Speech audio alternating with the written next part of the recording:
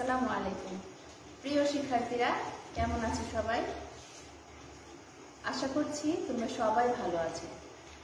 আমিও আল্লাহর অশেষ রহমতে এবং তোমাদের দোয়ায় ভালো আছি। সরকারি জিল্লুর রহমান মহিলা কলেজ কর্তৃক আয়োজিত অনলাইন ক্লাসে তোমাদের সবাইকে স্বাগত জানাচ্ছি। আমি আমিনা ফেরদৌস, প্রভাষক, সমাজকর্ম বিভাগ, সরকারি জিল্লুর রহমান মহিলা কলেজ, ভৈরব, কিশোরগঞ্জ।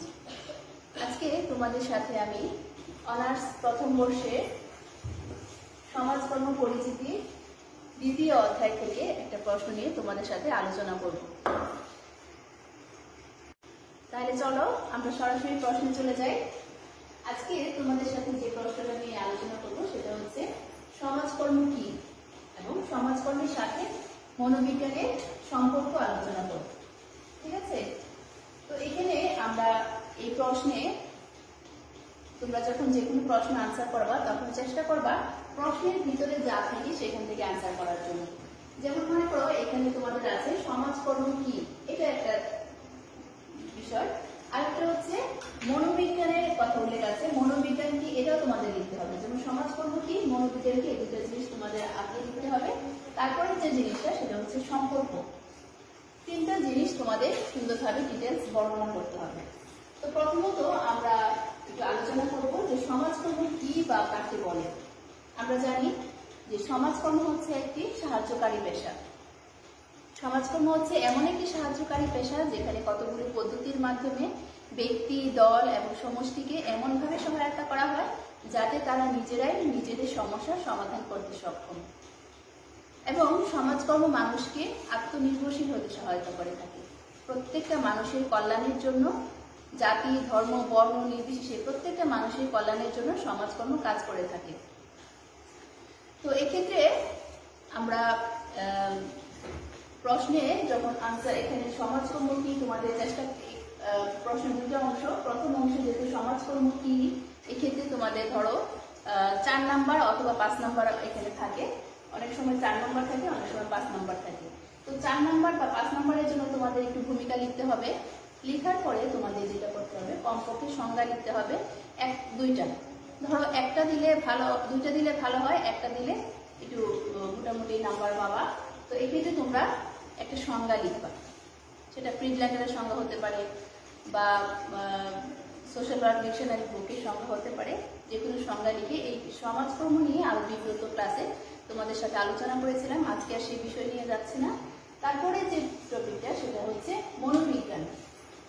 মনোবিজ্ঞান কি বা কাকে বলে আমি এখানে তোমাদের প্রশ্নে লিখে দিয়েছি যে মনোবিজ্ঞান হচ্ছে ইংরেজি শব্দ হচ্ছে কি সাইকোলজি। ইংরেজি শব্দ সাইক এবং লগোস থেকে এসছে। মনোবিজ্ঞানের ইংরেজি শব্দ সাইকোলজি এবং এটা হচ্ছে মন বা আত্মা সম্পর্কীয় বিজ্ঞান। কিন্তু আধুনিক দৃষ্টিকোণ থেকে আমরা বলতে পারি যে বিজ্ঞান মানুষ এবং প্রাণীর আচরণ নিয়ে আলোচনা করে তাকে মনোবিজ্ঞান বলা হয়। এবং মনোবিজ্ঞানে শুধুমাত্র যে মানুষের আচরণ নিয়ে আলোচনা করা হয় তা না, পাশাপাশি প্রাণীর আচরণ নিয়েও আলোচনা করা হয়ে থাকে। হ্যাঁ, তো এক্ষেত্রে আমরা মনোবিজ্ঞান কি বা কাকে বলে এটুকু লিখবো। লিখে কমপক্ষে সংজ্ঞা দিবা দুইটা। ঠিক আছে? মনোবিজ্ঞানে একটা সংজ্ঞা মনোবিজ্ঞানী প্যাভলভ উনি বলেছেন মনোবিজ্ঞান হচ্ছে দৃষ্টিগোচর আচরণের পর্যালোচনা। আবার আমরা মনোবিজ্ঞানে জন বি ওয়াটসন উনি বলেছেন মনোবিজ্ঞান হচ্ছে এমন একটি বিজ্ঞান যা মানুষ এবং প্রাণীর আচরণ নিয়ে আলোচনা করে থাকে। এরকম ছোট ছোট দুই একটা সংজ্ঞা তোমরা দিবা। দেওয়ার পরে প্রশ্নের মানে স্ট্যান্ডার্ডটা সুন্দর হবে। যেহেতু তোমরা অনার্সের স্টুডেন্ট, ভালো মার্কস পাওয়ার আশা করো সবাই, সেক্ষেত্রে প্রশ্নটা কিভাবে সুন্দর করে লিখলে তোমাদের নাম্বারটা ভালো আসবে সেই উদ্দেশ্যে তোমাদের সাথে আলোচনা করা। তো এতটুকু লেখার পরে সমাজকর্ম কি, মনোবিজ্ঞান কি, এতটুকু লেখার পরে আমরা পরবর্তী যে স্টেপ সেটা হচ্ছে কি সম্পর্ক। আমরা এখন সরাসরি সম্পর্কে চলে যাব। আমরা জানি যে কোনো বিষয়ের সম্পর্ক বলতে দুইটা সম্পর্কে বুঝে থাকি। হ্যাঁ, যেমন এক নাম্বার হচ্ছে একটা হচ্ছে ইতিবাচক সম্পর্ক আর একটা হচ্ছে নেতিবাচক সম্পর্ক। ইতিবাচক সম্পর্ক হচ্ছে পজিটিভ সাইড আর নেতিবাচক সম্পর্ক হচ্ছে নেগেটিভ সাইড। তো এক্ষেত্রে তোমরা সম্পর্ক বলতে আমরা যেহেতু দুটো সম্পর্ককে বুঝি, সেহেতু ইতিবাচক সম্পর্কে নিয়ে আমরা একটু আলোচনা করবো বা পজিটিভ সাইডগুলো নিয়ে আমরা একটু আলোচনা করবো। যেমন ধরো 1 নম্বর যে পয়েন্টসটা সেটা হচ্ছে উভয় সামাজিক বিজ্ঞানের অন্তর্ভুক্ত। আমরা জানি যে সমাজকর্ম এবং মনোবিজ্ঞান উভয় হচ্ছে সামাজিক বিজ্ঞানের শাখা। সামাজিক বিজ্ঞান হচ্ছে সোশ্যাল সায়েন্স। সোশ্যাল সায়েন্সের শাখা হচ্ছে 9টা, ঠিক আছে? তো এই 9টা শাখার অন্যতম 2টা শাখা হচ্ছে সমাজকর্ম আর হচ্ছে কি মনোবিজ্ঞান। এছাড়া বিভিন্ন শাখা আছে, যেমন মনে করো রাষ্ট্রবিজ্ঞান, সমাজবিজ্ঞান, নৃবিজ্ঞান, আন্তর্জাতিক প্রশাসন, লোক সম্পর্ক ইত্যাদি বিভিন্ন ধরনের শাখা রয়েছে, যে শাখাগুলো হচ্ছে সামাজিক বিজ্ঞানের শাখা। তো এই শাখাগুলো থেকে 2টা শাখা হচ্ছে, একটা হচ্ছে সমাজকর্ম আর একটা হচ্ছে মনোবিজ্ঞান। এই 2টা শাখা যেহেতু একই সামাজিক বিজ্ঞানের শাখা, সেই জন্য বলা যায় যে এই দুটার মাঝে মিল রয়েছে বা অন্তর্মিল রয়েছে। তারপরে হচ্ছে অভিন্ন বিষয়বস্তু।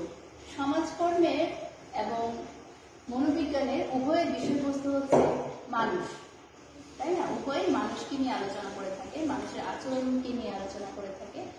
এই দৃষ্টিকোণ থেকে আমরা বলতে পারি যে সমাজকর্ম এবং মনোবিজ্ঞান দুটার মাঝে মিল রয়েছে বা অন্তর্মিল রয়েছে, এবং এই দৃষ্টিকোণ থেকে আমরা উভয়ের মাঝে মিল খুঁজে পাই। আচ্ছা, তার পরবর্তীতে আমরা যেটা দেখতে পাই সেটা হচ্ছে সমাজকর্মীদের পরামর্শ দান। যে কোনো সমস্যা সমাধান করার জন্য সমাজকর্মীর প্রয়োজন, তাই না? তো সমাজকর্মীরা কি করে থাকে? সমাজকর্মীরা সমস্যা সম্পর্কে জ্ঞান আহরণ করে সমস্যা নির্ণয় করে থাকে এবং সমাধানের ক্ষেত্রে কাজ করে থাকে। আর সমাজকর্মীদের বিভিন্ন ধরনের পরামর্শ দিয়ে থাকে মনোবিজ্ঞান। কিরকম ভাবে? ধরো একজন মানুষ সেই সমস্যাগ্রস্ত, তার বিভিন্ন সমস্যা থাকতে পারে অর্থনৈতিক সমস্যা, থাকতে পারে সামাজিক সমস্যা, থাকতে পারে তার মনস্তাত্ত্বিক সমস্যা, বিভিন্ন সমস্যা থাকতে পারে। তার সমস্যার কারণে সে নিজে এরকম ভাবে মানে নিজেকে গড়ে তুলেছে যে সে মনে করছে যে আমার সমস্যা বুঝি আমি আর সমাধান করতে পারবো না, তাই না? তো এক্ষেত্রে সমাজকর্মীকে সহায়তা করে বা সমাজকর্মীকে বিভিন্ন ধরনের পরামর্শ দিয়ে থাকে মনোবিজ্ঞান। কারণ সমস্যাগ্রস্ত ব্যক্তি সে যখন নিজেকে মনে করবে যে আমি আমার সমস্যা সমাধান করতে পারছি না বা আমার সমস্যা সমাধান করা সম্ভব নয়, ওই ক্ষেত্রে সমাজকর্মীকে অবশ্যই স্থির থাকতে হবে। কারণ তার সমস্যা যখন সে অন্যের কাছে মানে প্রকাশ করবে, তখন হয়তো আবেগে কেঁদে দিতে পারে বা কাঁদতে পারে। তো তার কান্নার সাথে সাথে যদি সমাজকর্মীও নিজেকে কন্ট্রোল করতে না পারে, তার সাথে হাওমাও করে কেঁদে দেয়, তাহলে কি হবে? যে সমাজকর্মীর কাজটা সুন্দরভাবে করতে পারবে না, তার আবেগ সেটাকে নিয়ন্ত্রণ করতে হবে। এবং এই ক্ষেত্রে পরামর্শ বা দিক নির্দেশনা দিয়ে থাকে মনোবিজ্ঞান।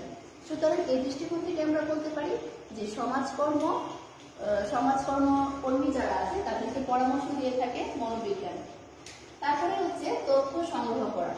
সমাজকর্মের একটা অন্যতম একটা পদ্ধতি আছে, সেটার নাম হচ্ছে সাক্ষাৎকার পদ্ধতি। একজন ব্যক্তির সাথে যখন তোমার দেখা হবে, তখন তার সমস্যা সম্পর্কে জানতে হলে সর্বপ্রথম যে বিষয়টা সম্পর্কে জানতে হবে সেটা হচ্ছে সাক্ষাৎকার। সাক্ষাৎকারের মাধ্যমে একজন ব্যক্তি সম্পর্কে যে কোনো তথ্য বা ইনফরমেশন নেওয়া সম্ভব।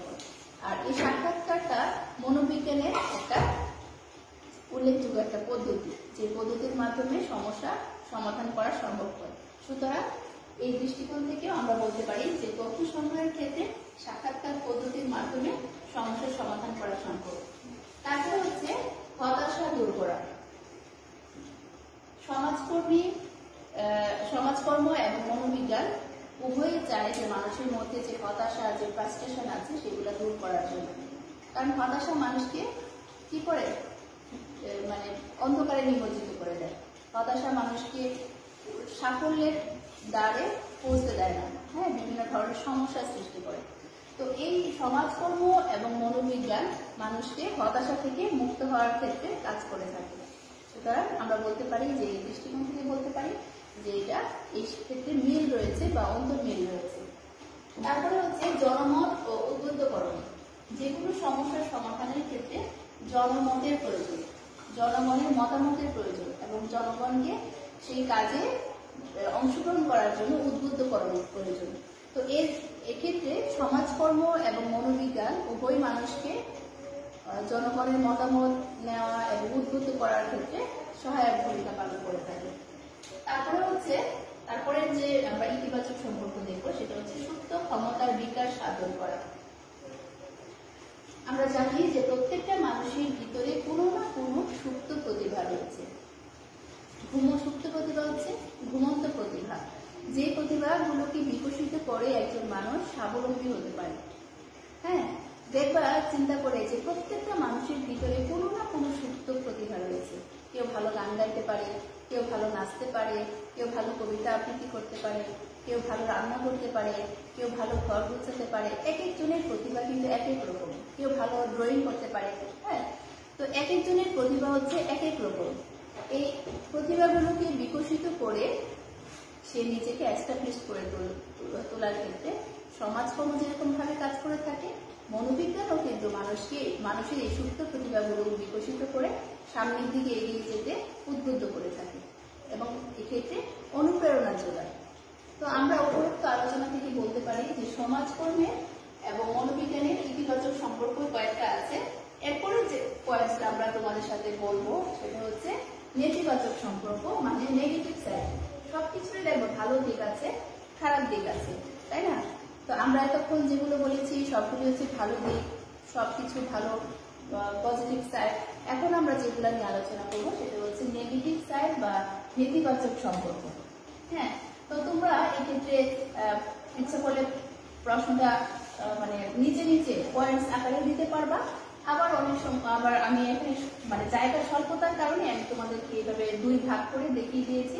তোমাদের যেভাবে খুশি, হ্যাঁ, যদি এইভাবে দাও তাহলে হয়তো সময়টা কিছু কম লাগবে এবং পয়েন্টস লিখতে পারবে অনেক বেশি। আর যদি তোমরা নিচে নিচে দাও তাহলে হয়তো সময়টা একটু বেশি লাগবে। তবে এক একজন এক একভাবে পছন্দ করে এবং সেটা তোমার ব্যক্তিগত বিষয়, তুমি কিভাবে লিখে স্বাচ্ছন্দ্য বোধ করো। তো চলো আমরা এক্ষেত্রে নেতিবাচক সম্পর্কগুলো নিয়ে একটু আলোচনা করি। এক নম্বর যে নেতিবাচক সম্পর্ক সেটা হচ্ছে এটি একটি সমন্বয়ধর্মী ব্যবহারিক বিজ্ঞান। যেমন সমাজকর্ম হচ্ছে একটা ব্যবহারিক বিজ্ঞান। এক্ষেত্রে তাত্ত্বিক জ্ঞানের পাশাপাশি সমাজকর্মে ব্যবহারিক জ্ঞানও অর্জন করতে হয়। হ্যাঁ, এই জন্য বলা হয় এটাকে সমন্বয়ধর্মী ব্যবহারিক বিজ্ঞান। আর মনোবিজ্ঞানটা হচ্ছে কি, মনোবিজ্ঞান হচ্ছে একটা বিজ্ঞানের একটা অন্তর্ভুক্ত একটা সাবজেক্ট, সামাজিক বিজ্ঞানের অন্তর্ভুক্ত একটা সাবজেক্ট, কিন্তু এক্ষেত্রে কোনো মানে ব্যবহারিক বিজ্ঞানের আওতাভুক্ত নয়। হ্যাঁ, এবং এক্ষেত্রে মনোবিজ্ঞানকে কি বলা হয় যে সমাজকর্মকে সমন্বয়ধর্মী ব্যবহারিক বিজ্ঞান বলা হয়, কিন্তু মনোবিজ্ঞান শুধুমাত্র বিজ্ঞানের একটা অন্তর্ভুক্ত সাবজেক্ট। তারপর হচ্ছে সমাজকর্মের পরিধি বিস্তৃত বা ব্যাপক। কারণ কি, যে কোনো সমস্যার সমাধানের ক্ষেত্রে সমাজকর্ম বিশ্বাস করে যে তার শুধুমাত্র যে মানসিক সমস্যা হয়েছে তা না, পাশাপাশি তার অর্থনৈতিক সমস্যা থাকতে পারে, পারিবারিক সমস্যা থাকতে পারে, তার দৈহিক সমস্যা থাকতে পারে, সামাজিক সমস্যা থাকতে পারে, ধর্মীয় সমস্যা থাকতে পারে। বিভিন্ন সমস্যার কারণে একটা মানুষ সমস্যাগ্রস্ত হয়।